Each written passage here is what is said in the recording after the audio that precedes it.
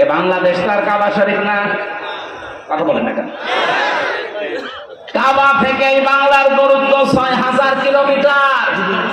এটাকে যদি আপনি শান্তি, স্বস্তি, নিরাপত্তা দিয়ে বেষ্টন করে দিতে চান, একটা পদ্ধতি আছে। আল্লাহ পাক বলেন, আল্লাযীনা আমানু ওয়া লাম ইয়ালবিসু ঈমানাহুম বিযুলমিন উলাইকা লাহুমুল আমন। ইলা আখিরি আয়াত। সূরা আন-নাম ৮২ নম্বর আয়াতের প্রথম অংশে আছে, তোমরা যারা ঈমান আনবে আর ঈমানের সাথে যদি জুলুমকে মিশ্রণ না করো, এখানে জুলমিন আই শিরকিন, নিজের ঈমানের সাথে যদি শিরিক মিশ্রণ না করো, আমি আল্লাহ নিজে বলছি উলাইকা, এইভাবে আল্লাহ দেখিয়েছেন। এটা ইসমে ইশারা। আল্লাহ পাক বলেন, এই হাতের আমার কুদরতি হাত, এভাবে ইঙ্গিত দিয়ে পাবনা, বেড়া, কলেজ ময়দানে যারা বসে আছে তাদেরকে আমি বলছি, এই মানুষগুলো যদি তাদের ঈমানের সাথে শিরকের জুলুমের মিশ্রণ না করে, আমি আল্লাহ নিজে গ্যারান্টি দিলাম তাদেরকে আমি আল্লাহ নিজের পক্ষ থেকে নিরাপত্তা দিয়ে দেব। কাবার চত্বরে নিরাপত্তা দেয় কে? আরো জোরে। আমাদের এই ৫৬,০০০ বর্গ মাইল যদি আমরা নিরাপত্তার বেষ্টনী দিতে চাই, এই মুহূর্তে বাংলার জনগণকে সিদ্ধান্ত নেওয়া লাগবে, শিরিকের সাথে জুলুমের সাথে আমার ঈমানকে আমি মিশ্রণ ঘটাবো না। আল্লাহর ওয়াদা সত্য না মিথ্যা? আপনি একটু মিলিয়ে দেখেন, আমাদের ঈমান যাই আছে, যদি শিরিক না থাকে ঈমানের সাথে, যতটুকু ঈমান আছে ঈমানে আল্লাহ আমাদের শান্তি, স্বস্তি, নিরাপত্তা দেবেন। উলাইকা লাহুমুল আমন, তাদের জন্য আমার নিরাপত্তা। সুতরাং আমরা চাই আমাদের যাদের শিরিক আছে, এই শিরিক আমরা ঈমানের সাথে যেন মিশ্রণ না করি। এই জন্য দ্বিতীয় পয়েন্ট আমি এ পর্যন্ত এনেছি। বাংলাদেশে যারা বলেন আমার ঈমান আছে, না, আপনার ঈমান নেই, কারণ আপনি ক্ষমতার উৎস জনগণকে মনে করেন এটা শিরিক। ক্ষমতার উৎসকে একটা দুইটা না, ভরি ভরি আয়াতে আল্লাহ ঘোষণা দিয়েছেন, কুলিল্লাহুম্মা মালিকাল মুলকি তুতিল মুলকা মান তাশা। এই আয়াত যারা পড়ে, এই আয়াত যারা বোঝে, এরপরও যদি বলে ক্ষমতার উৎস অন্য কেউ, সে মুশরিক। আরো জোরে বলেন। সুতরাং আমরা যারা জেনে হোক না জেনে হোক এই শিরকে আছে, এক্ষুনি আপনার আকীদা, ঈমান, বিশ্বাস পাল্টাবেন। যারা আজ বলেন বাংলাদেশ জামাতে ইসলামী, এদের আকীদা ঠিক নেই, এদের আকীদা যদি ঠিক না থাকবে, এইটা তাদের গঠনতন্ত্রে লেখা থাকতো না যে ক্ষমতার উৎস আল্লাহ। কথা বলেন না কেন? আন্দাজে উল্টা পাল্টা ফতোয়া দিয়ে মানুষের কাছে তাদের কালার করতে চান, একটা মিথ্যা অপবাদ কারো উপরে চাপিয়ে দেওয়া, তার উপরে জুলুমের নামান্তর। বাংলার বহু আলেম নাম নিয়ে আবহমান কাল থেকে দেশে ইসলামী আন্দোলন, একামতে দিনের এই নেতা কর্মীদের ঘায়েল করার জন্য অস্ত্র হিসাবে ব্যবহার করছেন। এটা ডাহা, মিথ্যা। আমরা চাই আপনাদের চাই জ্ঞান আছে, কাজে লাগান, কিন্তু এই মানুষগুলোর উপরে জুলুম করবেন না। এটা আপনি জুলুম করছেন জেনে বুঝে। আপনি দেখতে পেলেন ওদের আকীদা ঠিক আছে, এই কারণে জালেমরা নিষিদ্ধ করে দিল। আকীদা যদি ঠিক না থাকে তো আপনারটা ঠিক নেই, আপনারা তো নিষিদ্ধ করে না। কথা বলছে না কেন? আমরা এই দেশে আল্লাহ একমাত্র ক্ষমতার উৎস মানি যারা, তারাই বিপদে আছি আর বিপদে থাকবো, এইটাই বাস্তবতা। আমরা এগুলো কেয়ার করছি না, কারণ আমাদের মালিক যিনি, ক্ষমতার মালিক যিনি, আমরা যেদিন বিশ্বাস করেছি সেদিন এগুলো সব মাথায় চাপিয়ে দিয়েছি। ডোন্ট কেয়ার, কিছুই মনে হয় না। যেদিন এই রাস্তায় আসার সময় বলেছি, ইন্না সালাতি ওয়া নুসুকি ওয়া মাহইয়ায়া ওয়া মামাতি লিল্লাহি রাব্বিল আলামিন। কিসের জেল, কিসের জরিমানা, কিসের আয়না ঘর? তাম দুনিয়াকেও যদি কেউ আয়না ঘর বানিয়ে ফেলে, আয়াত যারা বিশ্বাস করে আকীদা নিয়ে, ঈমান নিয়ে পড়েছে, তাদেরকে পেছনে হটানো যাবে না। এই কথা শোনা লাগবে ভাই।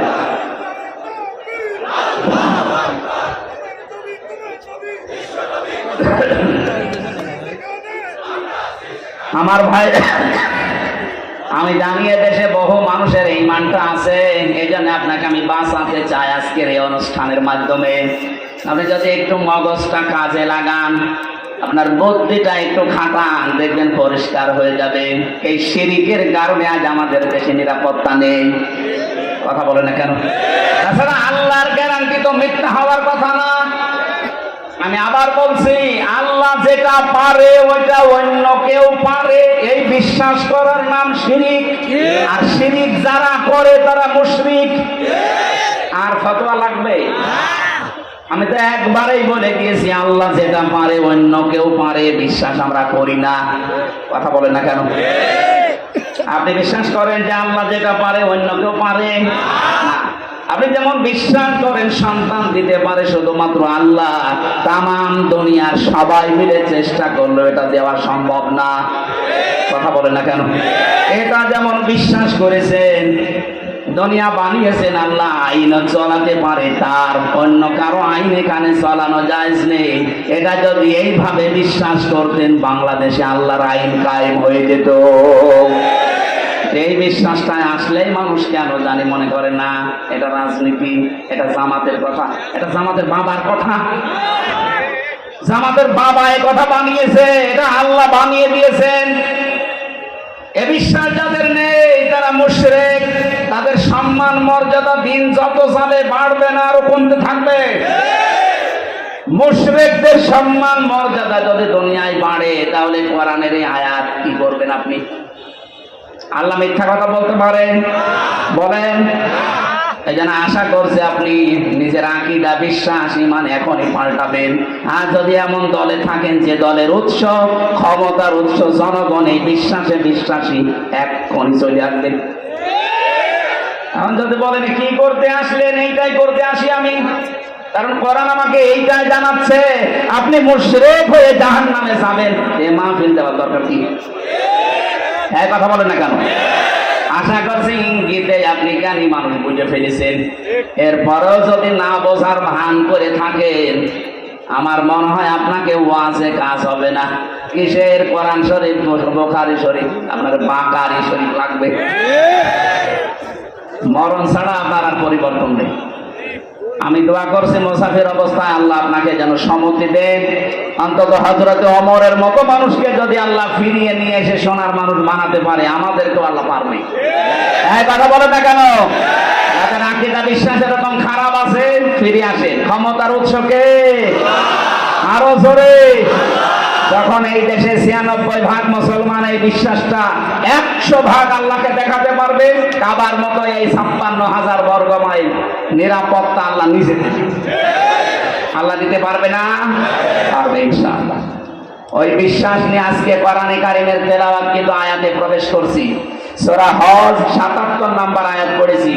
সফলতার মাপকাঠি আল্লাহ এখানে বর্ণনা দিচ্ছে। আমরা সফল হতে চাই না?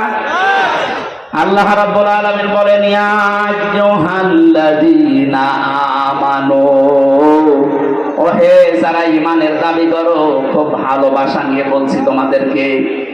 কোরআন শরীফে আল্লাহ এই আয়াতটা দিয়েছেন 89 জায়গায়। 89 বার ঈমান যারা এনেছে তাদেরকে আল্লাহ এই আদর দিয়ে ডাক দিয়েছেন, ইয়া আইয়ুহাল্লাযীনা আমানু। বলেন আল্লাহু আকবার।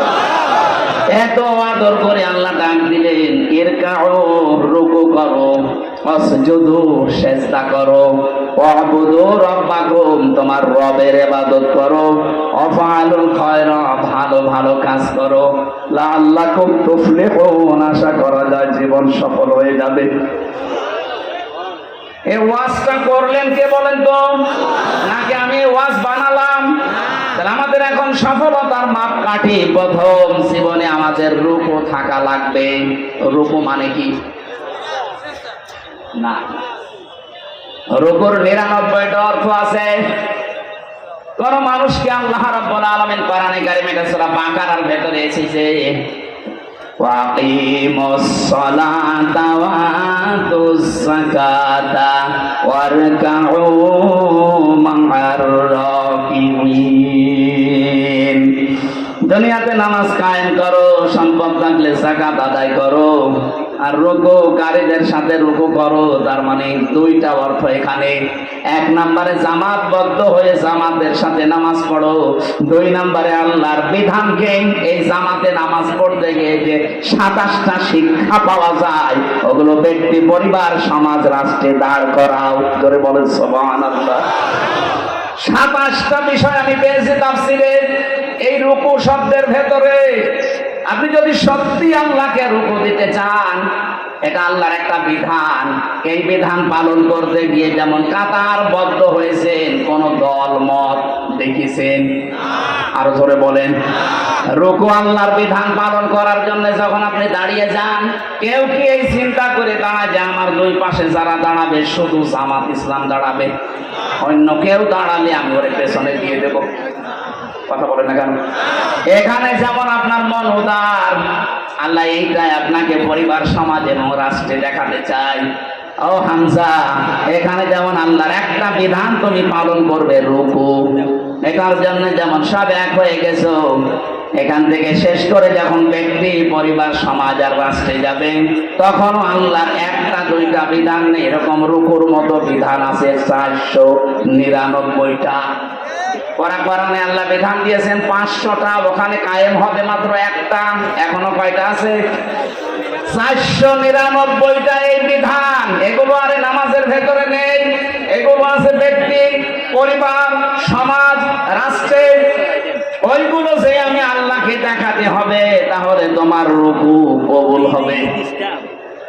আয়াতের দ্বিতীয় অর্থ এইটাই পেয়েছি, এখানে যে রুকু দিলি, এই রুকুটা জামাতবদ্ধ হয়ে দিয়েছো, এভাবে জামাতবদ্ধ হয়ে আল্লাহর আইনগুলো প্রতিষ্ঠার জন্য কাজ করবা, এর নাম রুকু।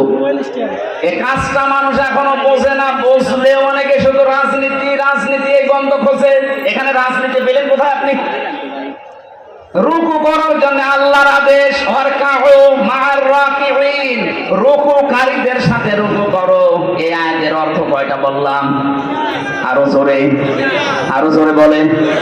আপনি এবার জীবনে মানেন কোনটা? প্রথমটা হয়তো মানেন, আজান হলে রুকু দিতে যান, জামাতের সহিত নামাজ পড়েন।